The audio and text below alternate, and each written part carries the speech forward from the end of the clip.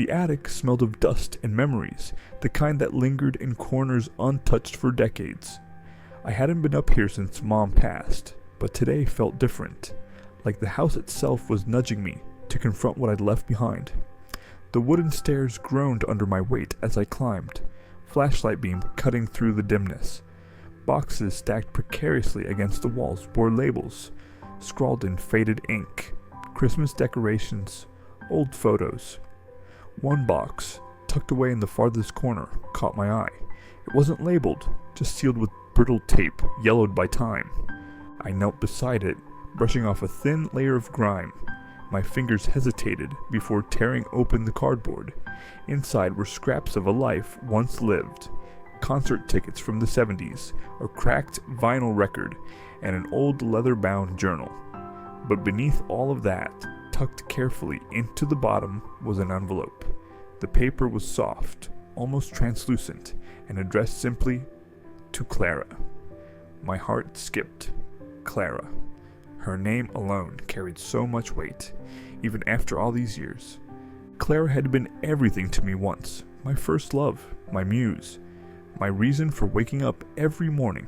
We met at a bookstore on a rainy afternoon when we both reached for the same copy of Wuthering Heights. She laughed when our hands collided, and I swear the sound lit something inside me. For 2 years, we were inseparable, sharing dreams over coffee, arguing about poetry, and planning futures neither of us could guarantee. And then, one day, she was gone. Not dramatically, not tragically, just quietly slipping out of my life, like sand through clenched fists. I told myself it was mutual, that people grow apart, but deep down, I knew better. I'd let her go because I was too afraid to hold on. The letter trembled in my hands now, its edges worn as if it had been folded and unfolded countless times. Why had I never sent it? Had I written it in anger, desperation, or maybe hope? I couldn't remember anymore. With a deep breath, I slid the single sheet of paper free and began to read aloud, the words spilling into the stillness of the attic like ghosts returning home. Dear Clara, I don't know where to begin. Maybe I should start with I'm sorry, though those words feel woefully inadequate.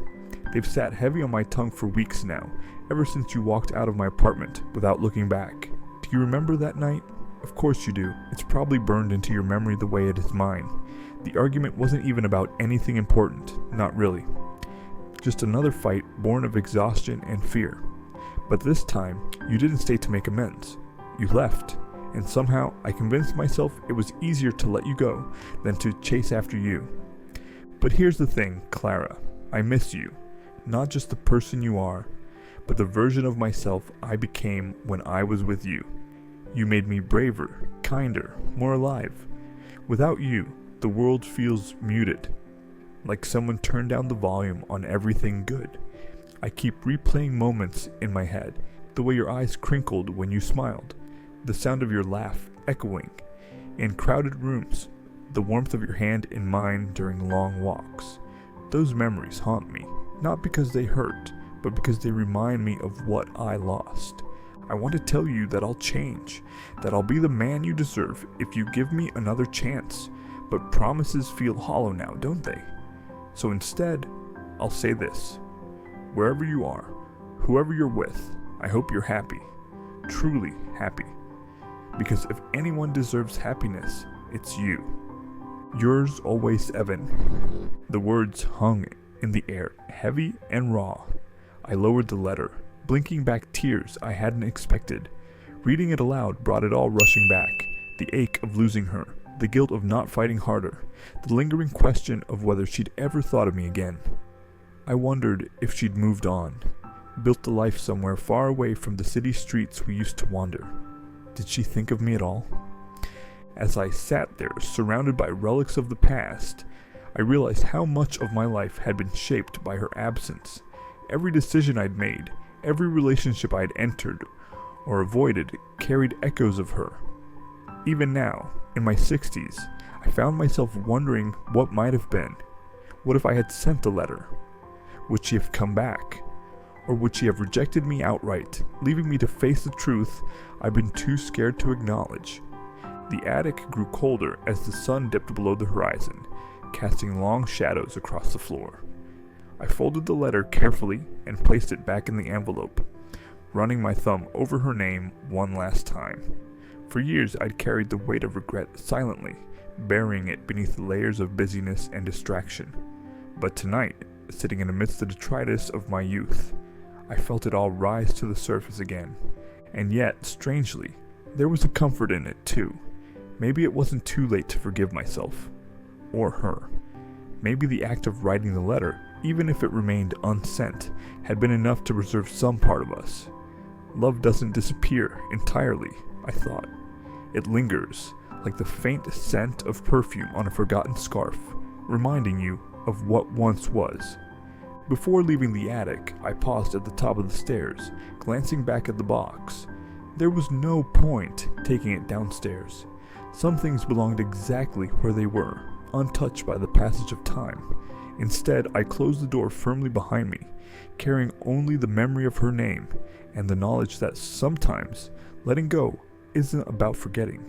It's about finding peace in the spaces between. Later that evening, as I sat in my study nursing a glass of whiskey, I pulled out a fresh sheet of paper. The pen hovered uncertainly above it, trembling slightly. I didn't know why I was doing this. Perhaps closure, perhaps catharsis. But the words came anyway, flowing onto the page like water breaking through a dam. Dear Clara, I began again, this time with no intention of stopping. If you're reading this, it means I finally worked up the courage to send it. Or maybe I didn't, and someone else did it for me. Either way, I need you to know something. Loving you changed me. Even now, decades later, I see pieces of you in the choices I've made, the people I've loved, the man I've become. You were my compass, my anchor, my North Star. Losing you taught me how fragile happiness can be, and how precious. I don't expect anything from you, Clara. No apologies, no explanations, nothing. This isn't about reopening old wounds or rewriting history. It's simply about saying thank you for the laughter, the lessons, the light you brought into my life.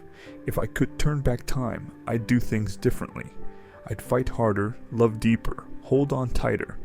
But since I can't, I'll settle for this. Gratitude for the time we had, however brief it may have been. Wherever you are, whatever you're doing, I hope it fills you with joy. That's all any of us can ask for, isn't it? Joy. And if, by some miracle, you happen to think of me, every now and then, know that I think of you too.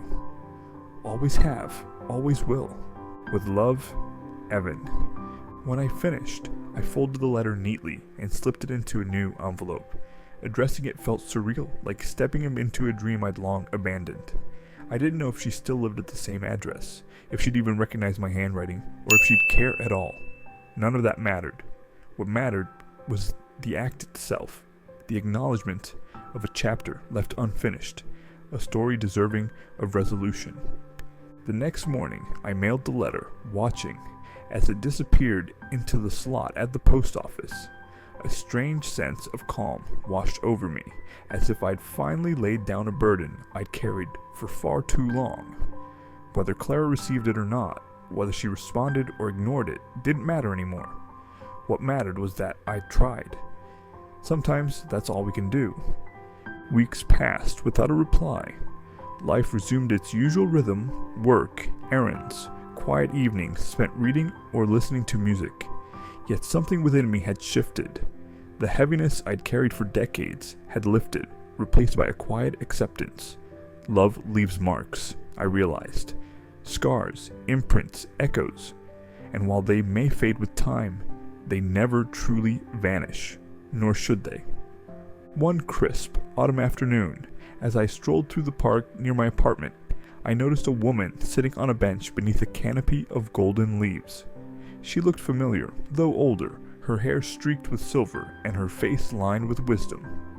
Our eyes met briefly, and for a moment I hoped it might be her. But then she smiled at a child playing nearby, and I knew it wasn't Clara. Still, the encounter stirred something within me, a reminder that life moves forward, carrying fragments of the past into the present. That night, as I prepared for bed, I glanced at the desk where I'd written the second letter. An idea struck me, unbidden but undeniable. Perhaps it wasn't just Clara who needed to hear those words. Perhaps others did too. People who, like me, carried regrets and longings they couldn't articulate. Maybe my story could help them find their own peace. With a renewed purpose, I opened my laptop and began typing. The cursor blinked steadily, waiting for me to fill the blank screen. I smiled softly, feeling a spark of excitement I hadn't felt in years. This was the beginning of something new, a chance to transform pain into art, silence into connection. And as the words poured forth, I knew I'd found my calling. For the first time in a long time, I felt whole.